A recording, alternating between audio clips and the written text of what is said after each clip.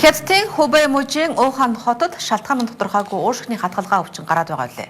За уг өвчний халдвар авсан хүмүүсийн тоо өдрөөс өдөрт нэмэгдсээр байгаа юм. Иймээс манай улсыг энэ төрлийн өвчний халдвар тархах эрсдэлтэй гэж Дэлхийн эрүүл мэндийн байгууллагаас тодорхойлж арга хэмжээ авч ажиллахыг зөвлөсөн байна. Өвчний эрсдэлтэй бүс нутгаас өдөр бүр 1-2 нислэг буюу 200-300 хүн Монголд ирж байгаа. Иймээс халдвартай хүн хилээр нэвтэрч байгаа хэсэгтэр хэрхэн хяналт тавьж байгааг манай сэтгүүлч хүндсэн байна.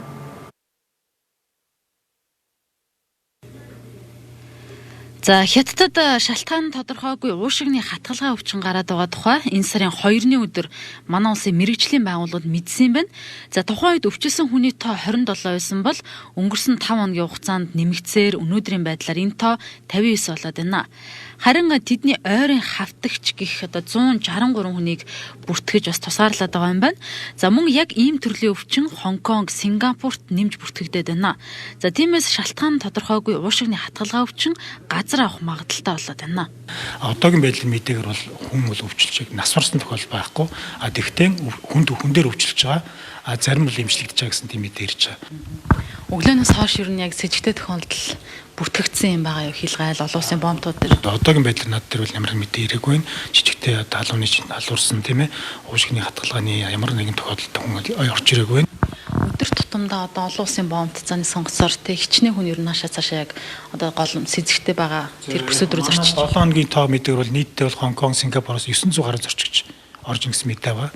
Өдөрт 7 хоногт. Тэгээ бид нар энэ эрсдлийн үнэлгээний бас түндээ энэ бүхнийг оруулсан байна л да. Жишээ нь энэ дээр авсан судалгаагаар бол манай дээр ийм байна л да. Энтэс би хэлээд өгчээ.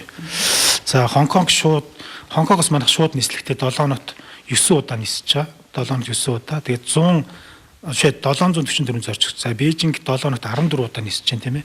Ингээд 1600 зорчигч. Ирэн рүү 7 хоногт 10 удаа нисэж 600 орчим зорчигч. Тэгэхээр ер нь бол аялал жуулчлалч бай, бусад шалтгаанаар бол манайх Хятадын өмнөд хөршөөр байнга нислэг үлддэг. Одоогийн байдлаар бид нар бол нислэгийг хорих тийм ээ. Арга хэмжээ аваагүй дараагийн шатны түрүүн ярьсан үнэлгээнээс хамаарат аялал жуулчлалыг хорих асуудал яригддаг. Гэхдээ энэ бүхэн маань одоо бас мэрэгжлийн байгууллагатай эрүүл мэндийн бусад байгууллагатай хамтарсан эрсдлийн үнэлгээ хийж дүнгээ гаргадаг. За энэ хүрээнд харин бид нэр термокамерын хяналт төр халуун өмч төхөөрөмжийн бэлэн байдал, хамгаалах хувцас, ариутгал халдвар үүтлийн асуудлын дээд шангатгаад одоо онгоц болон бусад тээвэр эрсдэл ариутгалын нөөцийг биелдэх тийм ээ. Ялангуяа зорчигчдод сэрэмжлүүлэг өгөх талтай бол нэлээд анхаарч хэлж байна. Монгол улсад энэ халдвар орж ирэх эрсдэл ямар байна вэ? Жишээ нь одоо манай улсад Хятадаас тийм ээ ялангуяа Хонконгоос ч үгүй юм уу нислэг хичнээн удаа үлдэгдэх хичнээн зорчигч явдгийн тэрэн дээрээ үндэслээд бид нар бас үнэлгээ хийгээд хүн ам маань одоо энэ өвчл ороод ирвэл ямар байх вэ гэдэг талаар үнэлэхэд бол бас нэг дунд зэргийн эрсдэлтэй байна. Тэгээд дунд зэргийн эрсдэлтэй байгаа учраас бид нар бэлэн байдлыг хангаж ажиллах хэрэгтэй. Ер нь манай бүсийн номхон лайн баруун бүсийн улс орнууд бол энэ одоо бэлэн байдлаа хангахын тулд 1 ноемберт хилийн нэвтрэх хэсэг дээр бол онцгой анхаарья гэсэн ийм чиглэлтэй Дэлхийн эрүүл мэндийн байгууллагаас ч тийм зөвлөмжийг өгч байна. Өвчний эрсдэлтэй буюу Бээжин Хонконг чиглэлээс ирж байгаа онгоцны зорчигчдоос асуумж авах болоод халууныг нь хэмжиж байж хилээр нэвтрүүлж байна. За Бээжин болоод Хонконг буюу одоо хамгийн эрсдэлтэй гэгдэж байгаа энэ голомтуудаас Улаанбаатарт өнөөдөр нийтдээ 5 онгоц газардана гэсэн төлөвлөгөөтэй байна. Тэдгээр 5 нислэгийн нэг нь одоо Улаанбаатарт өнөөдөр газардсан. За ирж байгаа зорчигчдоос эрүүл ахуйн сорилыг ямар байдлаар авж байгаа, хил гайл дээр ямар хяналт тавьж байгаа гэдгийг яг одоо бид нэр тодруулъя. За нэг онгоц газардаад байна те. Нийт хэдэн зорчигчтой онгоц байсан бэ?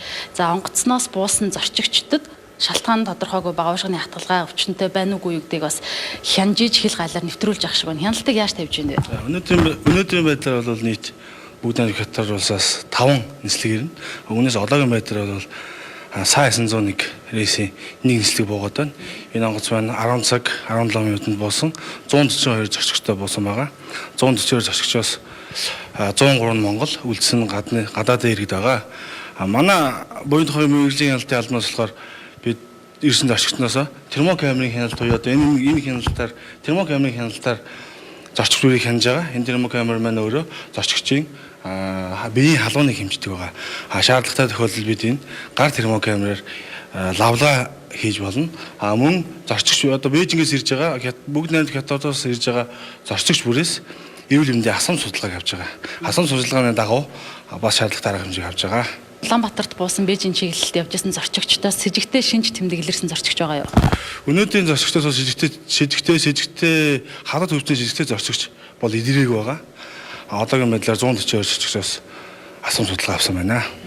Одоо энэ хоёулаа харагдаж байна л да тий термокамер гээд энийгээр жишээлбэл олон хүн нэгэн зэрэг нэвтрэхэд дунд нь магадгүй хин нэгнийх нь халууны үзэхгүй ч юм уу тийм тохиолдол ингээд гарах уу? Манай термокамер маань зорчигчдыг бол бүх зорчигчдыг ингээд хянах боломжтой. Түүнээс 5 хүн зэрэг явж ирээ гэхэд зэрэг явж байхад нэг хүн халуунтай байхад тэр зорчигчийг сигнал өгөөд зургийг авдаг байгаа өөрөө. Автоматар зургийг авдаг тийм тохиолдолтой термокамер байгаа. Тэгэхээр бол ямар нэгэн байдлаар хянагдахгүйгээр явах зорилго бол байхгүй. Зорчигчийн орж ирэх зорилго бол байхгүй байна. Одоо тэр асуумжийг жишээлбэл авдаг гэж штэ тий. Зорчигч өөрөө мэдлгүй одоо юу гэдэг шинж тэмдгээ халуураагүй ч юм уу бүгэлчдэг тий. Эсвэл санаатаар удлаа хэлсэн байх юм эрсдэл бас байж болох юм. Тэгэхээр энээс яаж урдчлан сэргийлж байна?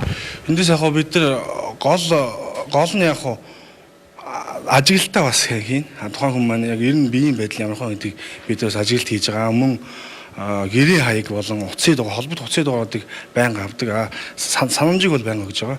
Ийм тохиол ийм жижиг халдвар төвчний жижигтэй тохиол илрүүл халдвар төвчний судлалын төлөвлөрөөрөө өрхийнхөө эмнэлэгт хандаараа гэдэг санамжийг бол байнга өгж байгаа. Тэр халуурсан шинж тэмдэгтэй хүн зорчигчдын дунд байвал яах вэ? Ерөнхийдөө шалтгаан тодорхойлоод манайх тусгаарлах хөрөө байгаа. Тусгаарлах хөрөө маань энэ буудлын Чингис хаан улсын нэс буудлын дотор байдаг. Тусгаарлаад холбогдох газар халдвар төвчний судлалын үндэсний холбогдох газрууд мэдээлэл гинэ. За хэрвээ онгоцноос с сэжигтэй зорчигч ирсэн байх юм бол тусгаарлах хөрөөнд оруулах юм байна. За одоо яг энэ хаалганы цаан тусгаарлах хөрөө байгаа гэсэн үг. За сэжигтэй зорчигч ирсэн буюу сэжигтэй шинж тэмдэг илэрсэн зорчигч ирлээ гэхэд олон хүмүүс дундуур явуулахгүй зорчигч дундуур явуулахгүй байх үднээс онгоцноос шууд буулгаад одоо энд харагдаж байгаа энэ хаалганы цаанаас шууд сэжигтэй зорчигчийг энэ тусгаарлах хөрөөнд оруулж ирнэ гэсэн үг юм а. За яг миний энэ зогсож байгаа хэсэг дээр сэжигтэй зорчигчтой хамгийн ойр суусан хавтагчид гэж үзэж байгаа тэр хүмүүсийг нь тусгаарлах юм байна. За харин энд байгаа өрөөнд бол тусгай одоо хувц сэргэлэл өмссөн ажилтан сэжигтэй зорчигчийг хүлээж аваад энэ өрөө рүү оруулна гэсэн үг. Бусад зорчигчдод шинж тэмдгийг халдаахгүй байх тэр боломжийг бүрдүүлж өгөх юм байна. За ингээд эрүүл мэндийн байгууллага буюу эмнэлэг рүү халдварсан судлалын үндэсний төв, за зоон зүйн өвчин судлалын үндэсний төвийн холбогдох хүмүүсийг дуудаад хил гайлынхаа үндсэндээ за мэдээлэл цаашаа дамжуулсныхаа дараагаар шинж тэмдэгтэй хүнийг одоо энэ өрөөнд тусгаарлаад хавтагчдыг нөгөө талынхаа зааланд тусгаарснаар хүлээж ийн гэсэн үг юм. За ингээд холбогдох байгууллагууд руу мэдээллийг дамжуулах ажил хийгддэг. Зорчигчдоос гадна ачаа тээврээр өвчний вирус тээвэрлэгдэн орж ирэх магадлалтай. За ялангуяа манай улсын хувьд нийт импортынхоо 42%-ыг бүгд найрамдах хятад ард улстай хийдэг учраас тээвэрлэгдэн орж ирэх өндөр эрсдэлтэй гэж үзэж байгаа юм а. За тиймээс ачаа тээвэрт бас хянал шалгалт хийж байгаа гэж мэргэжлийн хяналтын байцаагч хэлж байсан юм а. За уянтхоогийн хилийн мэргэжлийн хяналтын албан дээр гаднаас орж ирж байгаа ачаа тээш зорчигчийн гар тээшэнд бол хяналт тавигдж байгаа.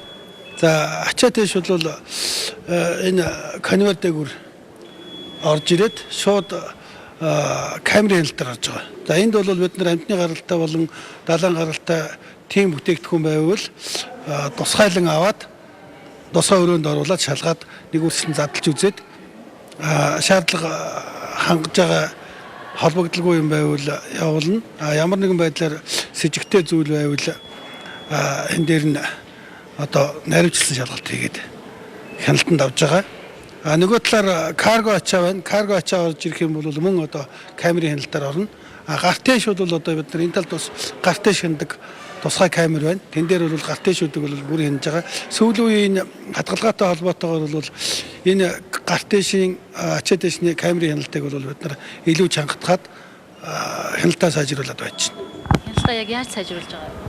Энэ дээр зогсож байгаа байцаагч нараа бол одоо ээлжээр онгоц үр дээр нь ялангуяа хятад зүгээс ирж байгаа онгоцууд дээр бол мэрэгжлийн мал эмнэлгийн чиглэлийн болон алгадах байцаагч нараа бол тавиад энэ байцаагч нартай бол одоо амьтны гаралтай ийм бүтээгдэхүүн байвал наривчлан сайн шалгах шүү гэсэн чиглэлүүд ингэ явж байгаа. За нисхийн болоод бусад бомтууд дээр хяналт шалгалт явуулж байгаа хэдий ч за өвчний халдвар авахгүй байх хамгийн гол арга зам нь өвчлөлийн голомт руу зорчихгүй байх явдал юм а гэж халдварчин судлалын үндэсний төвөөс санууллаа.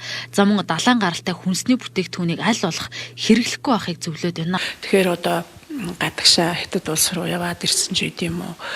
Эсвэл одоо тэндээс авчирсан хүнсний бүтээгдэхүүнийг хэрэглэсэн ч үгүй юм. Ер нь бол хятад улсад бол далайн гаралтай хүнсний бүтээгдэхүүнийг хэрэглэсэн хүмүүс тэр далайн гаралтай хүнсний бүтээгдэхүүнийг борлуулдаг, тэртэй харьцдаг хүмүүс илүүтэй өвчлсөн гэсэн мэдээлэл байгаа.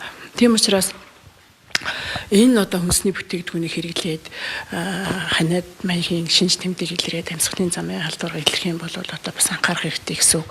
Тэгэхээр ард иргэд маань ийм одоо хүндэрсэн хатгаатай, ханиасан, найтайсан, гадагшаа дотгошоо явсан хүмүүстэй харьцахтаа бас болгоомжлох, тэр хүмүүс маань өөрсдөө бас өөрийгөө тусгаарлах тийм ээ.